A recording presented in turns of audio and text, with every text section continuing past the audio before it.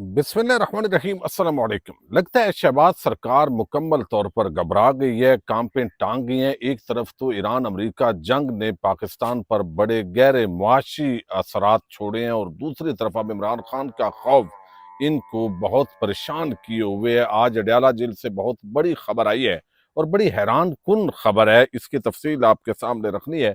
पिशावर के अंदर आज अवामी समंदर नजर आ रहा है, जहां पे सुहेल अफरीदी और तहरीक इंसाफ के जो रहनुमा है वो इमरान खान रिहाई मूवमेंट का आगाज कर रहे हैं।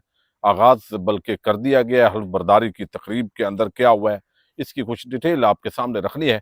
पाकिस्तान जो है वो गरीब मुल्क नहीं है, लेकिन यहाँ की जो मैनेजमेंट है, जो सियासी अशराफिया है, उसने पाकिस्तान को कंगाल और गरीब की है। पाकिस्तान से पैसा मनी लॉन्डर हो जाता है और मनी लॉन्ड्रिंग का एक बड़ा मशहूर केस अयान अली केस है, जो एक खातून गिरफ्तार हुई और बगैर जो सारा केस है वो एक कैरियर के तौर पर उनका किरदार जो है वो सामने आया और अब एक अयान अली पार्ट 2 केस सामने आया है और 25 अरब का ये बड़ा मनी लॉन्ड्रिंग का एक स्कैंडल है और 22 बैंक अकाउंट्स इसमें इस्तेमाल किए गए हैं।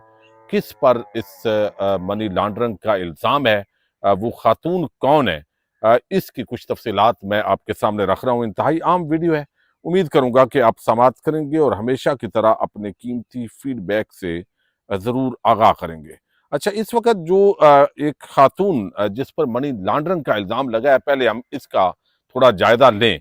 चूंकि पाकिस्तान के अंदर अमूमन जब केसेस की तहकीकात होती हैं तो ये बात सामने आई है कि इल्ज़ामात होते हैं, सोशल मीडिया पर डिस्कशन भी होती है, टीवी चैनल्स पर भी डिस्कशन होती है, लेकिन उसके बाद उन केसेस का बनता कुछ नहीं है। उसकी वजह क्या है?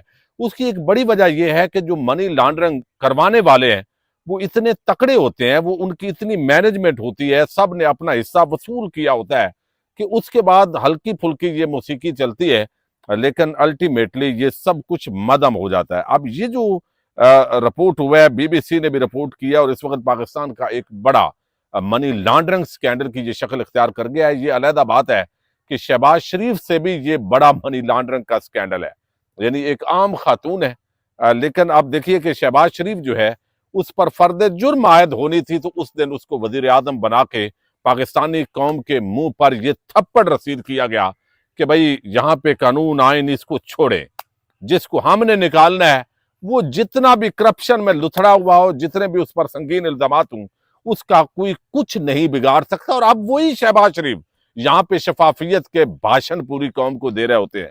अब ये रिपोर्ट यह है कि पाकिस्तान के दारुल हुकूमत इस्लामाबाद में हाई कोर्ट ने सोशल मीडिया पर मकबूल शख्सियत डॉक्टर फजीला अब्बासी के खिलाफ मनी लॉन्ड्रिंग और 2.5 अरब रुपए के लेन देन का मुकदमा खारिज करने की दरखास्त मुस्तरद कर दी है। अच्छा, ये अब 2.5 अरब रुपए जो है वो बताया गया इसके अंदर, लेकिन बाज जगहों पे ये 25 अरब है। इस्लामाबाद के सेंट्रल स्पेशल जज सेंट्रल की अदालत से मुलजमा की जमानत कबल अज गिरफ्तारी में तोसी की दरखास्त भी मुस्तरद किए जाने के बाद FIA ने उनकी गिरफ्तारी के लिए टीमें तश्कील दे दी हैं। BBC के रिपोर्टर हैं शहजाद मलक के मुताबिक इस्लामाबाद हाईकोर्ट के जज जस्टिस खादम हुसैन की अदालत में फजीला अब्बासी की जानब से दायर की गई 3 दरखास्तों पर यह फैसला जारी किया गया। अब अदालत ने FIA को कानून के मुताबिक शफाफ तहकीकात जारी रखने का हुक्म देते हुए कहा कि फजीला अब्बासी के खिलाफ फॉरेन एक्सचेंज रेगुलेशन एक्ट के तहत तहकीकात जारी हैं। ताम अदालत ने मनी लॉन्ड्रिंग से मुतल्लक मुकदमे में एंटी मनी लॉन्ड्रिंग एक्ट के तहत इल्जामात पर मुकदमे और इंक्वायरी को गैर कानूनी करार दे दिया है। यानी मनी लॉन्ड्रिंग जो है अदालत ने कहा ये नहीं है। FIA ने केस में तयशुदा कानूनी तरीकाकार की पैरवी नहीं की और इख्तियारात से तजावत किया।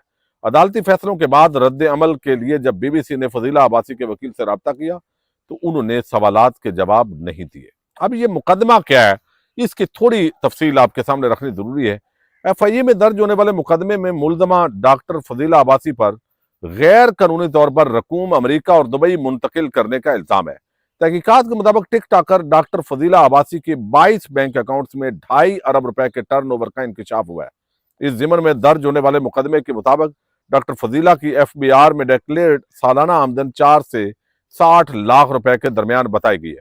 मुकदमे की तहकीकाती टीम में शामिल एक एहलकार ने BBC को बताया कि इस मुकदमे में मजीद मनी लॉन्ड्रिंग के शवाहिद मिले हैं और ये रकम 3 अरब रुपए से भी ज्यादा बनती है। तफ्तीश के दौरान मुख्तलिफ पहलुओं पर तहकीकात इस वक्त जारी हैं। अब ये जो फजीला अब्बासी कौन है?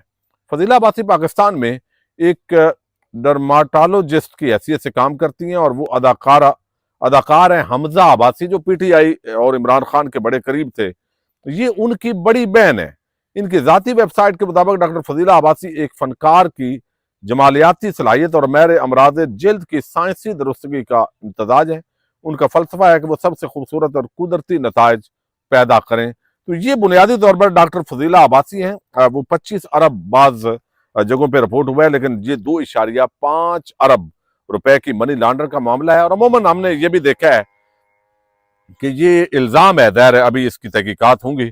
बाज़ औक़ात हमारे मुल्क के अंदर जो डिक्लेयर्ड असासे होते हैं वो कम होते हैं, क्योंकि इस मुल्क में जो असल आपके असासे हैं वो अगर आप डिक्लेयर कर दें तो फिर FBI भी उन लोगों को पढ़ता है, FIA भी उन लोगों को पढ़ेगा जो जेन्युइन डिक्लेयर्ड असासे सामने लाते हैं।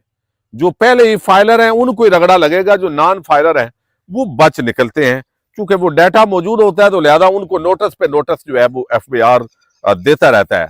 फिर हम जैसे डिजिटल मीडिया पे कंटेंट क्रिएटर्स हैं, हमारी अब जो इनकम यहाँ से आती है यूट्यूब फेसबुक से, तो ये डिक्लेयर्ड होती है, यानी मतलब है ऑलरेडी टैक्स इसके अंदर से डिडक्ट हो जाता है। लेकिन इसके बावजूद FBI के रोज नोटिस आए होते हैं। वजह उसकी यही होती है कि आप पाकिस्तान की जो है वो यानी नून लीग या उनकी हुकूमत के खिलाफ कोई अगर बात करते हैं तो जरा इनको रगड़ा लगाया जाए। उसके पीछे शायद ये भी जब तहकीकात मुकम्मल हो तो इसी तरह की कहानी सामने आए।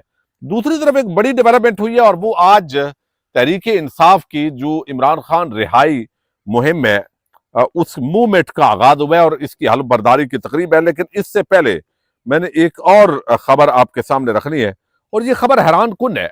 यानी आप जितना भी गुलभूषण यादव वो कोई भारतीय और कैदी जासूस हो, तो जब भी कोई भी दुनिया के अंदर किसी मुल्क के अंदर भी कैदी होता है तो आप देखिए यहाँ पे डॉक्टर आफिया सिद्दीकी हैं अमेरिका के अंदर, बेशक उनको इंसानी हकूक उनके पामाल किए गए। यानी अमेरिका वैसे तो पूरी दुनिया में जिस पे भी हमलावर होता है तो वो इंसानी हकूक का चैंपियन बनता है, लेकिन यहाँ पे वो पामाल किए उसने।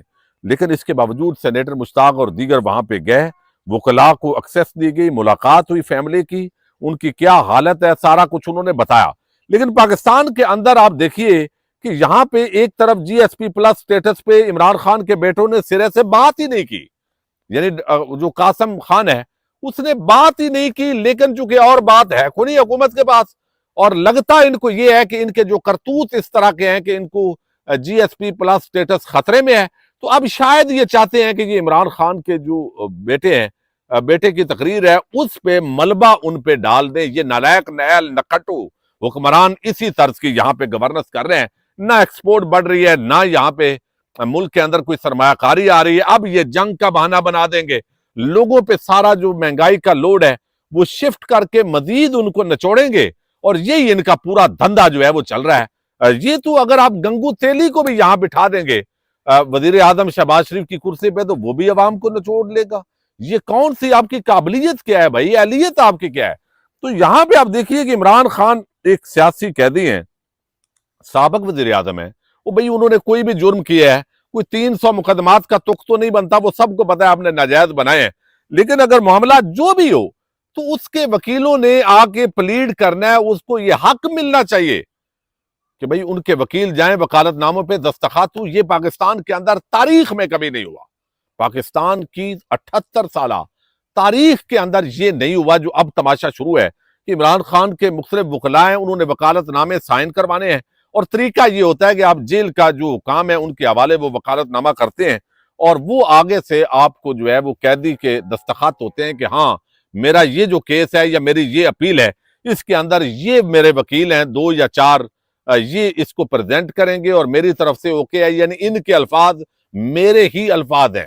तो ये बुनियादी चीज इख्तियार होता है जो हर जगह पे पूरी दुनिया में जो भी मुल्जम है उसको दिया जाता है, लेकिन यहाँ पे मुल्जम या मुजरम को ये एक्सेस नहीं दी जा रही। और अब आज अडयाला जेल के अंदर जो है वो जाके ये बताया है जो खालिद यूसुफ चौधरी हैं, जो तर्जमान है इस सारे लीगल मैटर्स के PTI के इमरान खान के, उन्होंने कहा कि सुप्रीम कोर्ट में अपील दायर करने के लिए इमरान खान साहब के अपील दस्तावेजात और वकालतनामों पर जेल हुकाम ने दस्तखत करवा कर देने से इनकार कर दिया है, यानी हमने नहीं करने।